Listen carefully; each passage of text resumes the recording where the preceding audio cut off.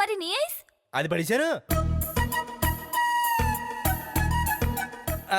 ఇదిగో నువ్వెంతకీ ఇది ఎక్కడ దిగి చెప్పలేదు, నేను చెప్పనా? చెప్పు. గోపికృష్ణ స్టూడియో. అవునవును, ఇప్పుడు గుర్తొచ్చింది. వాడు ఫోటో సరిగ్గా తీలేదని నువ్వు కొట్టావు కూడా. కొట్టాను కానీ అది కూడా అబద్ధమే. ఏంటి అంటే అది నేను కొట్టను నిజమే, కానీ అది ఫోటో సరిగ్గా తీలేదని కాదు. మరి అడు పౌడర్ వేసి వంకుతో నీ బొక్కలు పట్టి నొక్కెత్తుడే ఆ కోపం వచ్చి కొట్టాను.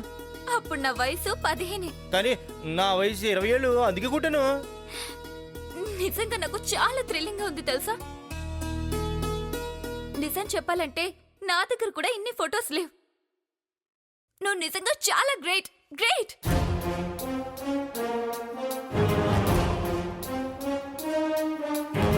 ఇదేంటి, నా ఫోటోలు ఇతని దగ్గరుంటే నేను ఇంత హ్యాపీగా ఫీల్ అయిపోతున్నాను.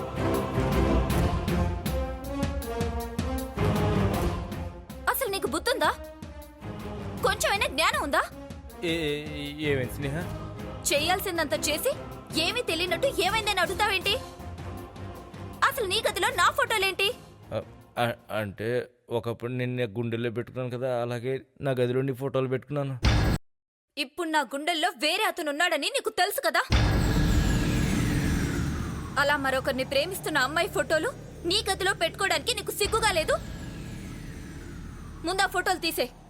స్నేహ స్నేహ అంత మాట స్నేహ, ఇవి ఇక్కడ ఉండడం వల్ల నీకు నష్టం కానీ వీడియో నీకు కష్టం కానీ కలగదు స్నేహ. నేను మాడేస్తున్నాను, ఇవి ఎవరికి తెలియదు కూడా. ఇదిగో ఇవి లేకపోతే నేను తట్టుకోలేను స్నేహ. స్నేహ వద్దు.